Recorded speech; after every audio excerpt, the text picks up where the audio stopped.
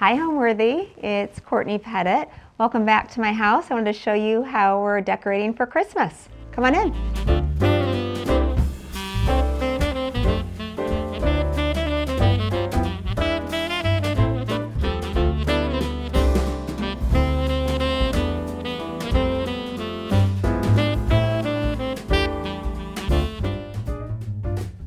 This holiday season, get ready to unwrap the most magnificent holiday homes with Homeworthy's 25 Days of Christmas.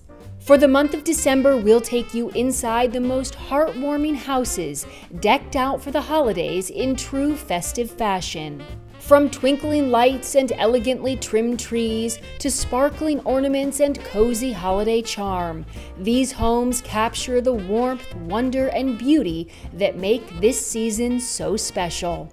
So join us as Homeworthy celebrates 25 days of Christmas. The magic starts now. Raise your glass. Cheers! Merry Christmas! Happy holidays! You're watching Homeworthy, where we believe every home has a story. Hi, my name is Courtney Petit, and I'm an interior designer based here in Dallas, Texas. The home that I live in, the style is actually French Normandy. It's a white brick exterior with a turret in front of it, and it sort of looks like a bit of like a Rapunzel home, maybe. Not as much French Normandy. So inside the interiors, you'll see it's really complements the exterior, which is sort of classic, timeless, and fresh. Right now, we are in Dallas, Texas, in a little enclave called Highland Park, which is within the city of Dallas, but it actually has its own public school district as well as police department. So it's sort of this like little nook of a suburb within a larger city.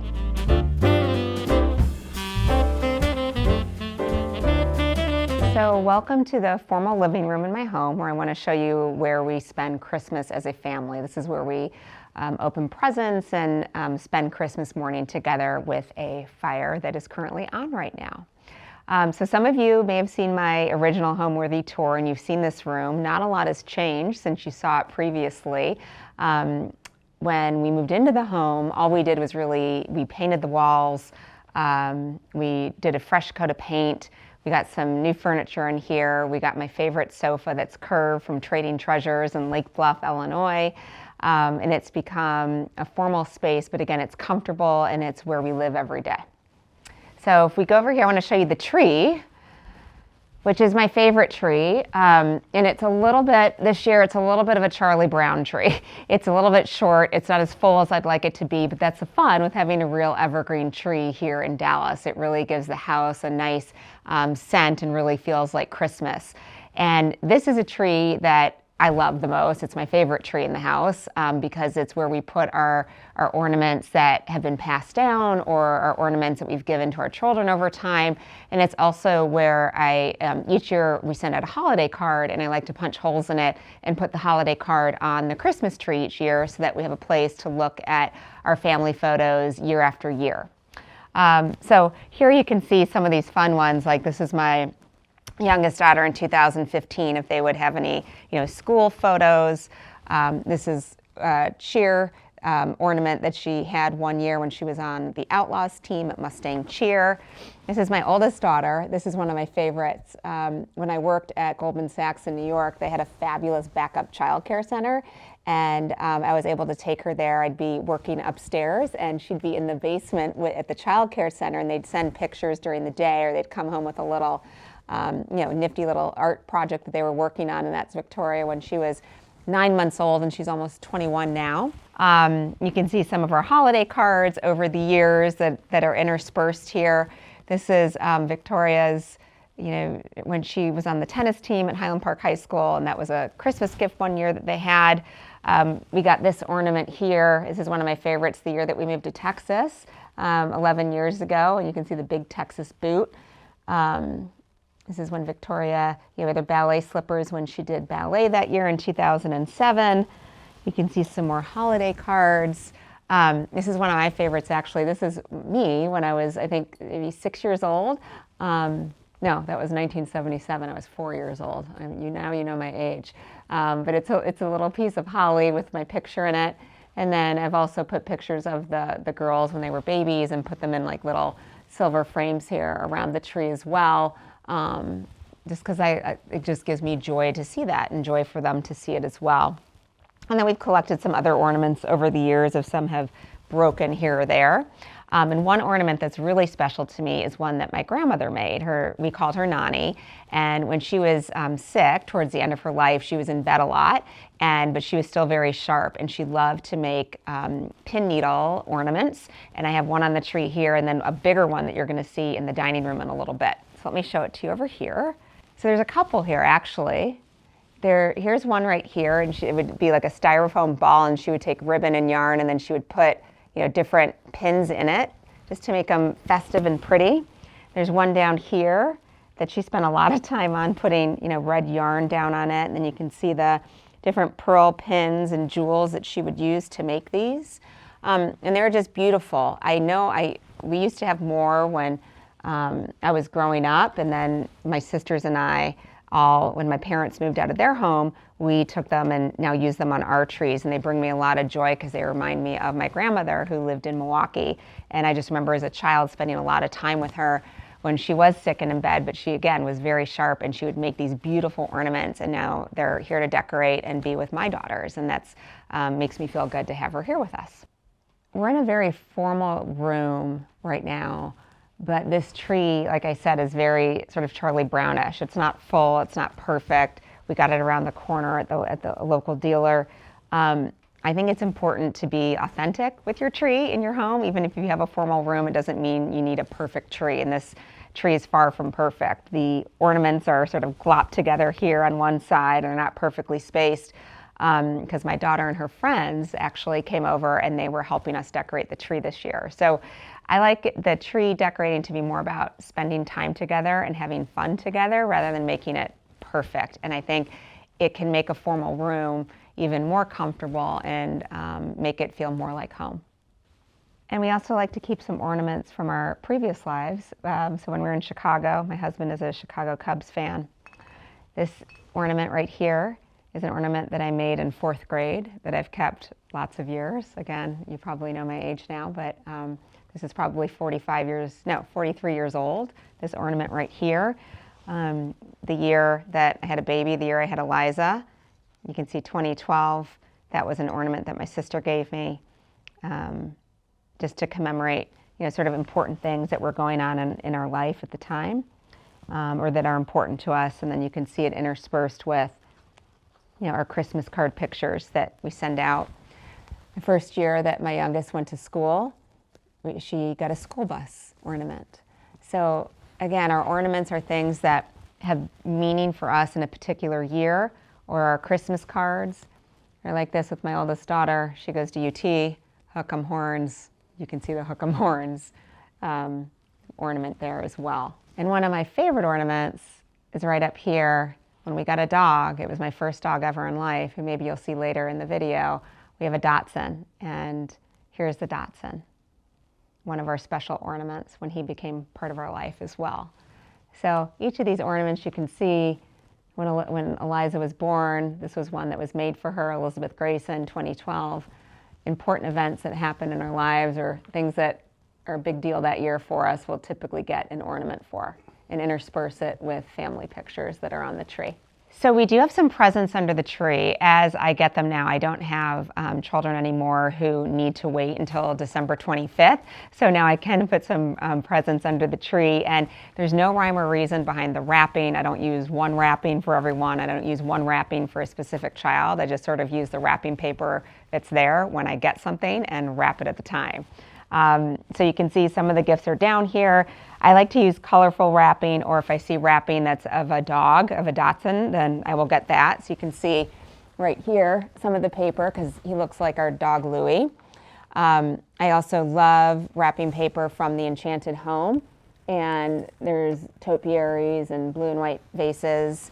But the best wrapping is when the store actually does it for free. I love those stores. And you can see I was in Florida and went to Hive and got my husband some stuff, and not typically paper that I would choose with the gray wrap, but they do it for free. So I'm all for it. So on the fireplace over here, I want to show you the fire is on. And when we moved to this house, when we did this room, I did get some new stockings because the ones I had were red before and sort of short, and they needed to go. And so I had these ones made that sort of went with a little bit of the decor of the room and had our names put on them. And this year we've got some garland up. I had some of these chocolate bows made that go right here on the end of the mantle.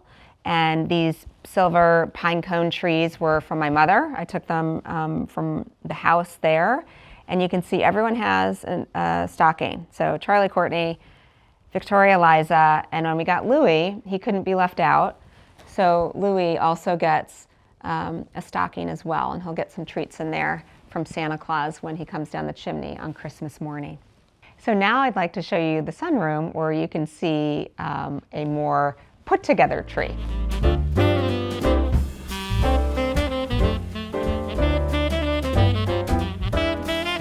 So now we're in the formal sunroom, and this room is very pink and green. So it's an homage to the town that I grew up in. And you can see for Christmas, again, I thought fake trees when I was growing up just belonged in department stores, but when I moved to Dallas, I saw that everyone had them. And this room I thought deserved its own Christmas tree. So I went and purchased, this is the first one, a fake Christmas tree, and got these pink and green ornaments and these sort of pink fillers to fill it in, and thought, wouldn't it be fun to have a really whimsical pink and green Christmas tree to go in this very whimsical pink and green room. When we moved into the house and renovated, this room actually originally was a patio, a brick patio. So if you look on the floor, you can see that it is still brick, and we painted over it white. And we turned this room into what was previously like a bar area right here where the Christmas tree was, and it was really used as a family room by the previous family. We wanted to make it more of a sunroom, so we took the bar out, we put some new windows in, we put trellis all over around the room and did a lot of millwork and molding in here, and used and repurposed a lot of furniture that was at my mom's house, or my parents' house growing up. So the sofa that you'll see here in a little bit, I recovered it in a Schumacher to make it a little bit fresh and again, whimsical, kind of an old-fashioned 1970s print, and took some French chairs, painted them white, and also put the Schumacher fabric on it. You'll see in a little bit, I have a game table, and that I had made. I do like to, if I can't find something I like to have something custom made. And so I had the table made in a Greek key pattern to pay homage to my culture. My mother is Greek, and you'll see that sort of throughout the house. So the tree, there's not much to it, I have to tell you. I went to a wholesaler and got a bunch of pink and green filler. I bought this white flock tree. Again, this is something I thought that was only in department stores, and apparently now they're in homes, my home, and just got a bunch of pink and green ornaments and stuffed them in. I got various sizes, large, medium, small, to give it some dimension and some depth. The one thing that I did want to have some more oversight on was the skirt for the tree. I went and got some green buffalo check fabric, some fun pink trim, and had a seamstress make this for me and put it around because I thought this tree needed a strong base. And I thought, I don't know, it kind of went well together and went with the pink and green theme of the room. So here's the game table in the room, and you can see right now there is a Santa Claus that is actually a punch bowl that I've repurposed and used to put a mini evergreen tree in from Trader Joe's. He's a great tree. I have a bunch of them around the house. I think they're like $14, and they're a fun way to spruce the house up and make it really festive for Christmas without spending a ton of money. And I just put a little pink bow in there to match with the rest of the room. This is the table I was talking about that I had made. I had the green made to sort of match the green that was in the sofa fabric. I got these chairs. I thought they were really fun off of Facebook Marketplace here in Dallas, and then had them recovered with a green seersucker silk brunchwig chair cover. On the other side of the room from my game table, this is where I work and where I have my desk. This is actually my father's desk. It's an old pine desk, and this is where he would work from home, and he had it in there in our sunroom in our house growing up, so it's found a place in my home in the sunroom today, which I love reusing. And on here, Again, you just can see another shot of the lattice that we have in the room, and then I've just got some samples here for a project that I'm working on actually in Chicago. I've got some rug samples and some trim samples that I'm looking at. And again, I like to be inspired by nature, and here you're going to see a lot of animals. I like frogs a lot. I have a ladybug on the table here as well. You can see a lot of elephants in the room as well that I use as side tables. I love whimsical ceramics, and I love incorporating them into the rooms. I think they're fun. I think they make for good conversation, and they just make me happy. My style is probably more traditional, a little bit more classic. I like to use color. I like things to be happy. I like things to flow from room to room, so you don't walk into a room and think, oh my gosh, where does this fit into the rest of the house? I really like it to flow. I tend to lean on the side of more formal. However, it has to be comfortable. Every chair has to be able to be sat on. The tables have to be able to have feet on them because that's when family is comfortable, and that's where they like to relax. Okay, now I'll show you to the dining room.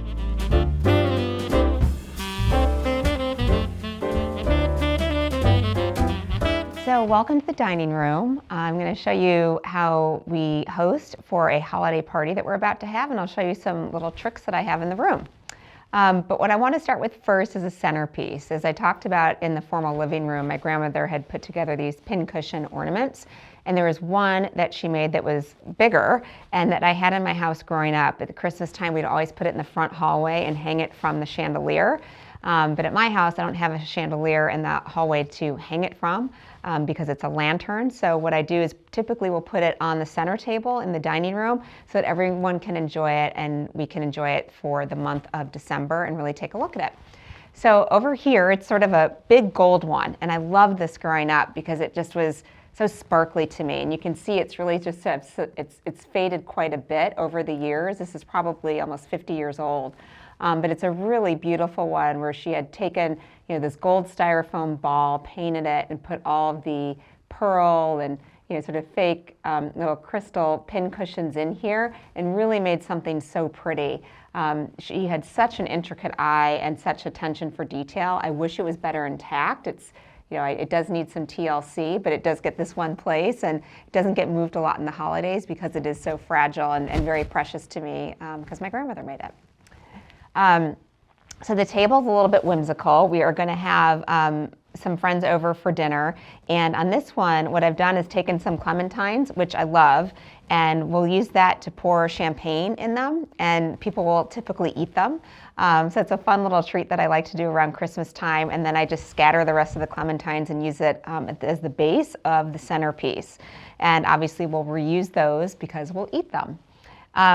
What I think is really important to do when entertaining, whether it's during the holidays or not during the holidays, is to get as much done in advance that you possibly can so that the night of you're relaxed and you are enjoying your guests as much as possible. So that means getting everything out, doing a meal that is easy for you, and what is easy for people is very different. I can only do really like one course. I can do a lasagna, I have my husband help with a salad, and then typically I just need, for dessert, I can only handle as much as like ice cream and a hot fudge sundae. That is not my forte. I enjoy the setting the table, and I enjoy the cleaning up as well. So we'll get as much done as we can. I want to show you a little bit of detail of the table. On the table, the tablecloth, this beautiful linen one is from Marigold Living. She makes beautiful, beautiful pieces, and this one is a little bit more formal, which I like to use around Christmas time with the ivy and the vertical line that you can see going along the table. I then have these a little bit Christmassy Fenwick and Fields placemats, and you can see that they have little oranges on them, or clementines, I'm not sure which, but they go with the theme of having the clementines at the center of the table. I have heron dinner plates. These are Rothschild bird. I actually got them at an estate sale here in Dallas. And the silver is something I registered for when I got married and was lucky enough to collect them. And then these little whimsical, I like having fun napkin ring holders. They're these silver plate ones. These are old now. They don't make them anymore. They're old Reed and Barton, but there's one here that's a sort of fun frog that's hanging to his side, and I've got a peacock you'll see over here, and you'll see a bear trying to get some honey. But I love using whimsical napkin ring holders because I think they're a fun conversation piece when people are sitting at the table, untying them and then sitting down. It makes them feel welcome at the table. On the napkins, I actually had these made. I did Kappa tablescapes earlier this year, and so set a formal table. And I had these napkins made and designed to actually match the plate. So you can see there's a bird here with on a branch that's matching the motif that you can see in the dinner plate. The rest of the table, very relaxed. You can see some of the silver pieces I'll use, again, more formal because it's Christmas time. Very simple flowers. Doesn't need a lot right now because it's a more formal table. I've just got some tulips in a vase right here and a mini, old champagne bucket from France. And then just use some carnations. I think they're the most underrated flower because they're really cost effective and you can just sort of smush them out and get a lot of surface area space from them, and they add just the right amount of pink to the table. For the wine glasses, these are etched glass, those are vintage, and then I have these little compotes. So little champagne glasses where champagne will go, and again, where the clementines are. So really like the table to be fun, festive. This one is a little bit more formal, but it's the holidays, so we do go a little bit more formal at the holidays. And the point is just to make it fun and, again, get as much done as advance as you can when you are entertaining at the table. Let me talk a little bit about the chandelier. It has traveled to many different states. When I moved to Chicago, my mother had gotten me the chandelier. I finally had like a larger space. I wasn't living in a New York City small apartment anymore and had a formal dining room when I moved to Chicago. And she said, you need a proper chandelier. And so she purchased this chandelier for me, and it made 2 moves in Chicago with me. Then it made the move down to Dallas, and this is the 3rd home in Dallas that we've lived in. So in a period of about 12 years, the chandelier has seen about 6 dining rooms, and hopefully it's the last dining room that it will be in. So the chandelier, it's antique, it's vintage, it's meaningful to me because my mother bought it for me, and it's something that she wanted. It was, I think, her way of saying, I want you to have an elevated dining room, I want you to have a formal dining room, and make sure you use it. So right now we're at the banquette, and on here, what I have is a formal silver tea set. I love the way this looks year-round, even at Christmas. Maybe I'll put some greenery in a little bit, but there is a teapot, there's a coffee pot, creamer, sugar, and we will use this if people do want coffee. We'll usually get the vat from Starbucks and pour it in to make it easier, but it looks a little bit better. I just love the way silver looks against the table. I have a Santa on here. I actually got him fairly recently. He's a new acquisition. Whenever I get my Christmas gear, I always go after Christmas to buy for the following year if I want to add anything, because that's when you can get it 50 to 75% off. Don't tell anyone my secret, but I don't believe in paying retail price for Christmas goodies, so buy after the holidays for the following year. I just love this one. He was white, he's happy, and I wanted him in here this year. You can see there's another Santa Claus to the right of the banquette right here. He's a different look, but he's happy. And I love these Santas that are, come bearing gifts and just look like they're happy and they're fun and festive at the table. I have some antique fruits here that I got at auction. I like to mix in birds and fruit with silver and just make it fun. So the mirror above the banquette was actually gifted to me by the children of the previous owners. So we were fortunate enough to buy this home about 6 years ago, and there were 5 children that grew up in the house at the time. They were the second owners of this house and lived here for almost 65 years. And one of the daughters, one of the 5 daughters, or 5 children, had gotten this mirror from her grandmother, who actually lived around the corner. And she said, we don't have a place for it in our home. We would love for you to keep the mirror and hang it in the house in Dallas, I should say, hang the mirror in the dining room. And so I really felt like I was the steward of that mirror and wanted to put it up in the dining room as thanks to the previous family who were stewards of this home and took such exceptional care of the home for when we bought it 6 years ago. I've really been decorating probably since I've had children. So my oldest is now almost 21 years old, So I really started when I was 21, and it started from when I lived in New York City with her and getting a very small little tree on the street corner, to when I moved to Chicago and had a little bit more space and more ornaments to put on the tree. And it's really something I've built over time, the collection that I have, which is ornaments and Santas and different decorations that you'll see in a little bit around the house. I guess when I've gone into each house, it's become a little bit different. Like, which room do I want to decorate? Where do I want to place something? And the house that we've been in now, that we've been in for almost 6 years now, you'll see that it started with just one tree, but then as I came to Dallas and saw like there were all these beautiful fake trees around, I was like, gosh, they're beautiful ornaments.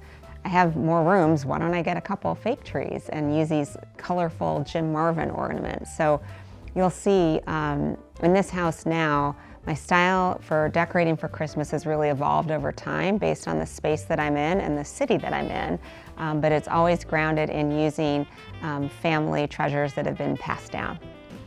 So now I'll take you to the entryway and show you some updates that we made to the house since the last tour.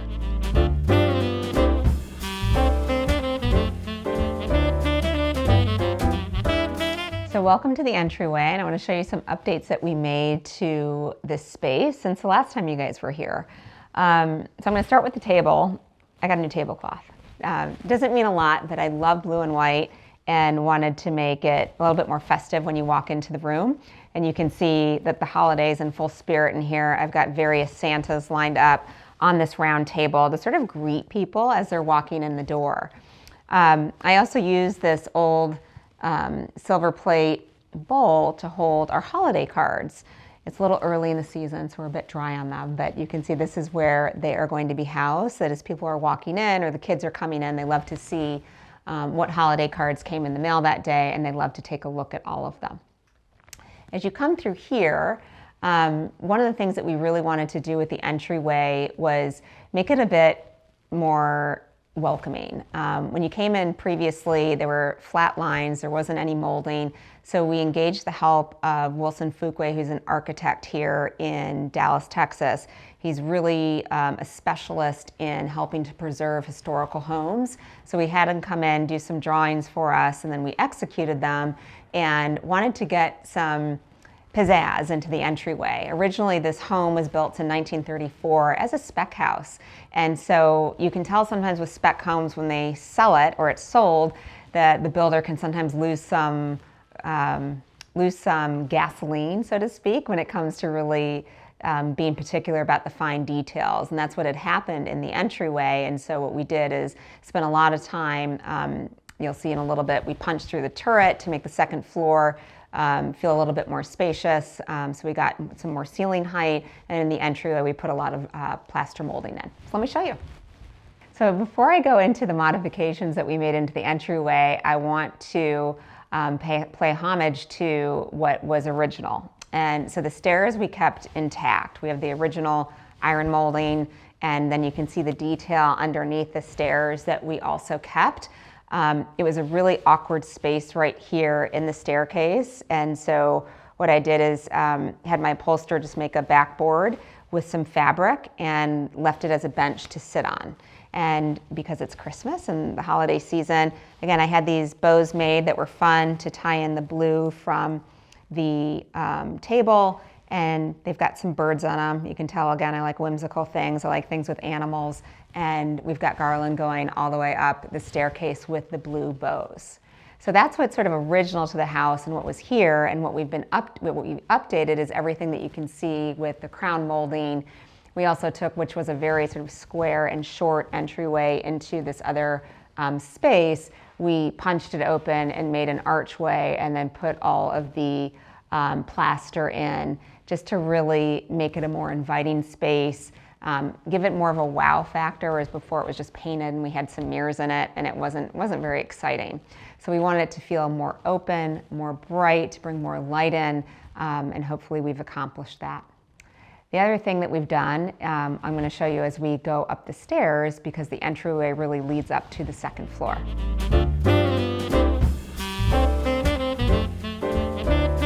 Now we're on the second floor, and I can show you some of the modifications that we made up here.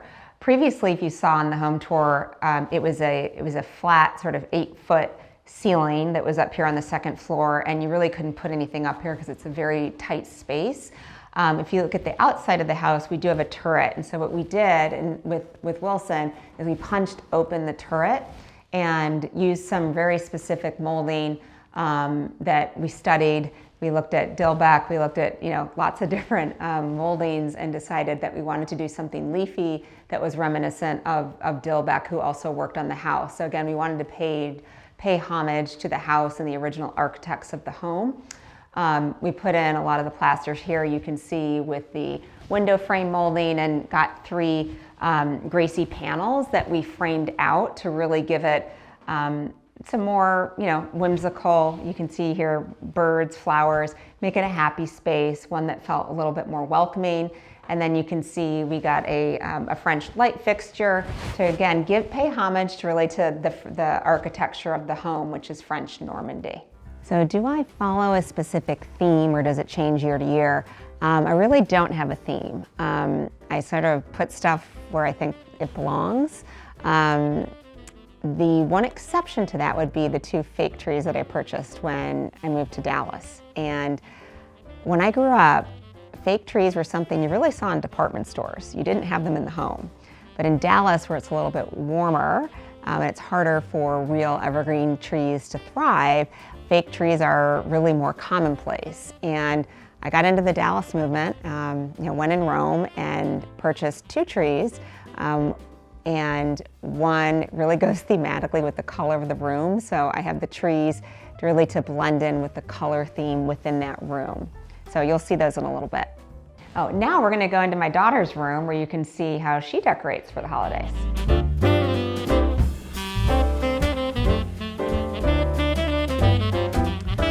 So now we're in my daughter's room, and she just turned 12, and I want to show you how she decorated her room for the holidays.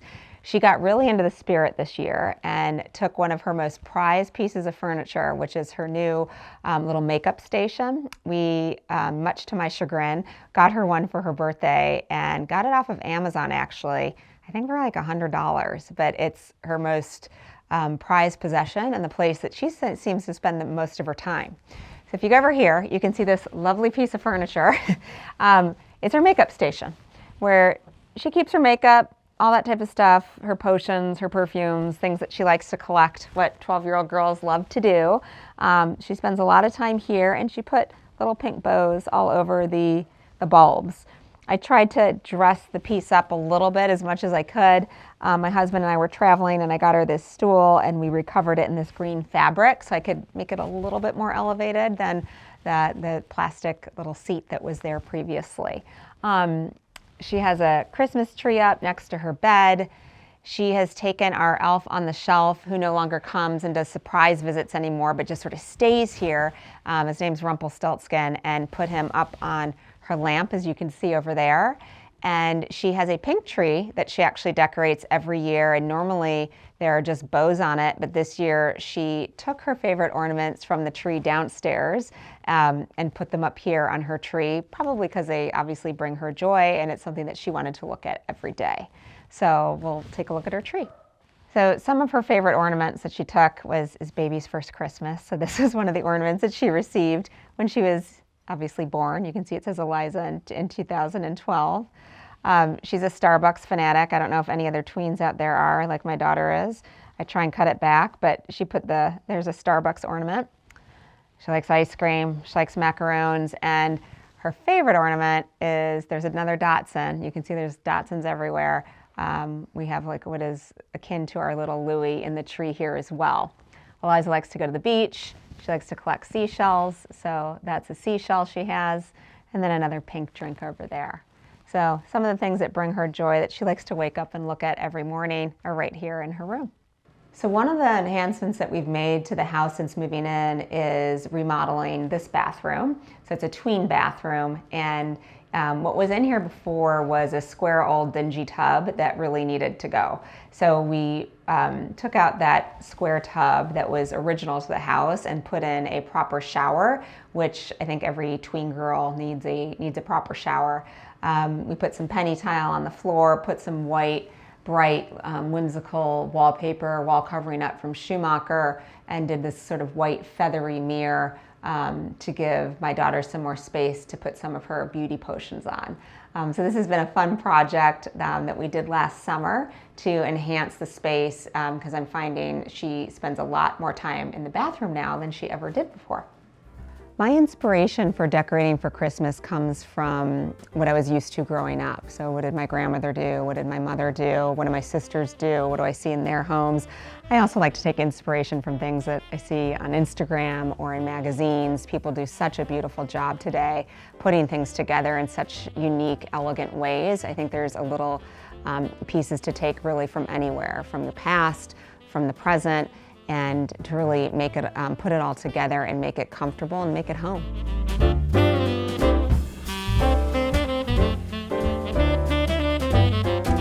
So now we're in the green room. We're going to show you how we decorate for holiday in here. This is a place where we really hang out, where we watch TV, where we sit and chat, where we go on the laptop, do work, sit on our computers.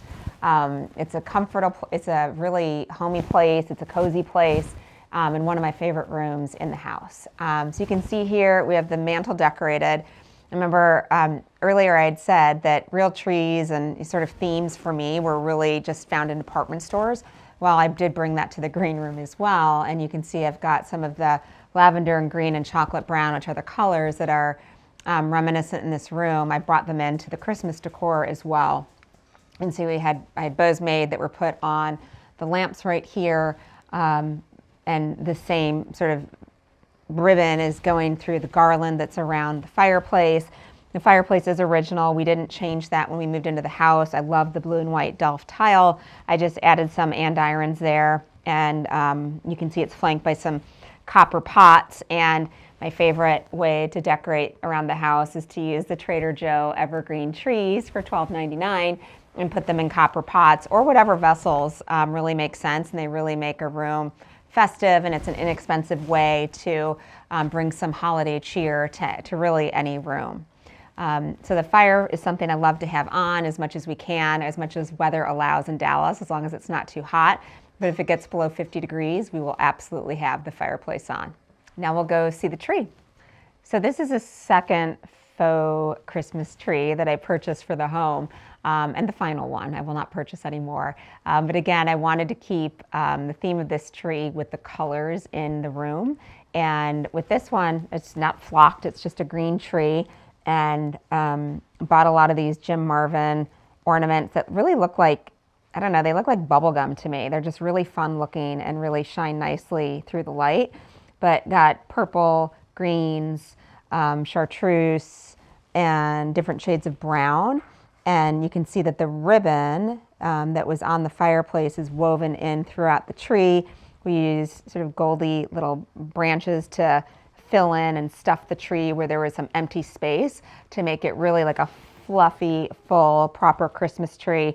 Again, something that you see in the department store that I brought into the house. So while the first tree that you saw, the original one, is sort of that imperfect Charlie Brown homemade tree that has gaps in it and was really lopsided. Even last night I had to prop it up so it didn't fall over. This is the more perfected tree that in Dallas you actually do see a lot of because the weather here is so warm and temperate or mild during the holiday season. It just makes a lot of sense to have a faux tree.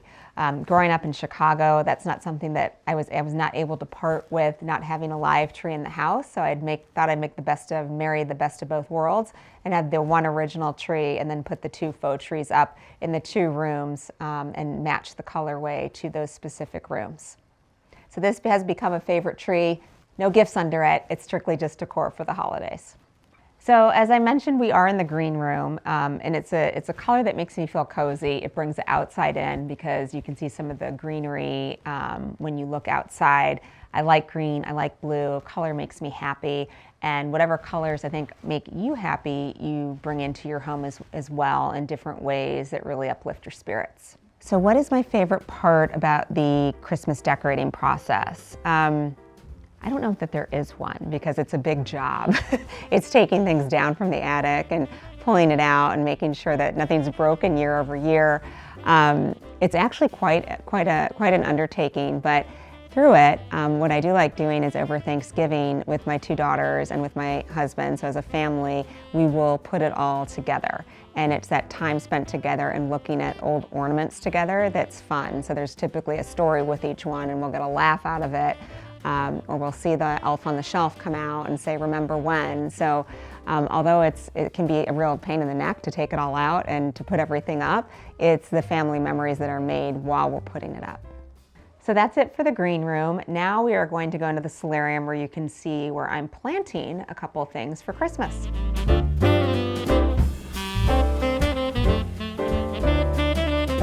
So now we're in the solarium, which is a room that previously didn't exist. The previous owners put it in really as a planting area, and the side part was a greenhouse, which when we moved in, we enclosed it because I'm not much of a green thumb.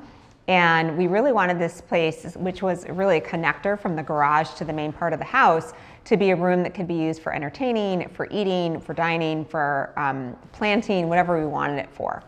And so what we've done is put in a marble floor, which I love. I love black and white. It reminds me of, I don't know, houses growing up, and it's something that I enjoy. We put a black and white marble floor in and painted the whole room white, and incorporated a lot of blue and white elements in here. I got a lot of blue and white vases and vessels from my mom, and so you'll see a lot of them in the planting area that's over here, and I'm going to show you what I'm planning for Christmas.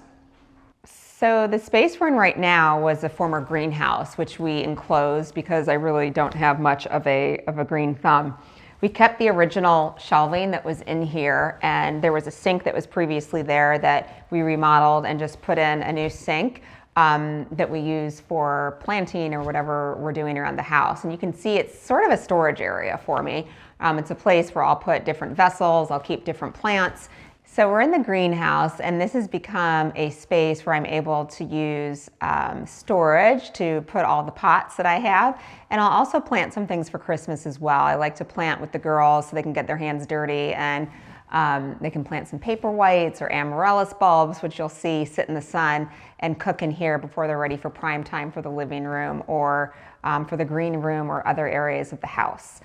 So this, again, originally was the greenhouse. It was dilapidated, it was falling apart, so we enclosed it with windows, but kept the original white shelving that was in here. I liked it, I liked the authenticity of it, and I just thought it was a great shelving unit to house all of these vessels that I have. I'll use them sporadically throughout the house, depending on what I'm doing. I'll swap them in and swap them out. Some people will tell me, it looks like a store, put it away. It does, but it's the stuff that I have, and it's a nice storage for it, and it brings me joy to look at because it reminds me of my mother. And I do have some new ones interspersed with some antique ones. I really just grab whatever I need to grab, given whatever I'm using it for the time. So as you saw in the sunroom, one of the things I like to do is have a dog bed in the various rooms for our dog. And just like in the sunroom, I've got some blue and white fabric made into a dog pillow for Louie in a white wicker basket. This is a space that we love being in. It's very bright in here. My husband will work a lot in here. I'll do a lot of work in here. We'll eat dinner in here. We also entertain in here.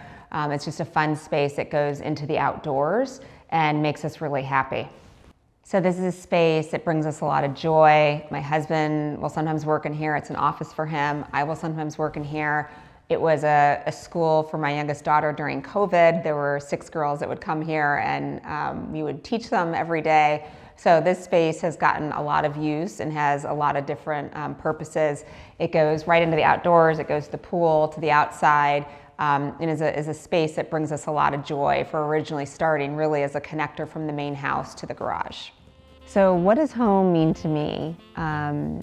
Pretty simple. I think home means family to me. And now that I have a daughter who's not at home all the time, she's at university, home really becomes the place where family is, where they come to visit on holidays or where we come together and have friends over.